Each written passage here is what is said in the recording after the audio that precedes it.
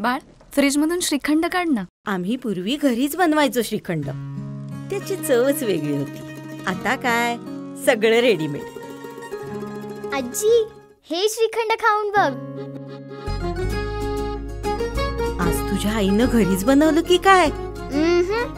हे आहे गोकुळचं श्रीखंड. अगदी जिभेवर रेंगाळणार. जिभेवरच नाही तर मनावरही रेंगाळणार. गोकुळ श्रीखंड, मनावर रेंगाळणार.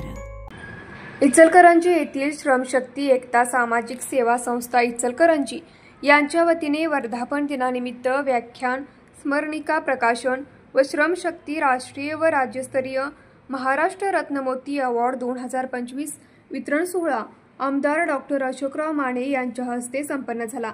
यावेळी न्यूज मराठी 24चे पत्रकार विनोद शिंगे यांना राष्ट्रीय आदर्श समाजरत्न पत्रकारिता पुरस्कार प्रदान करण्यात आला.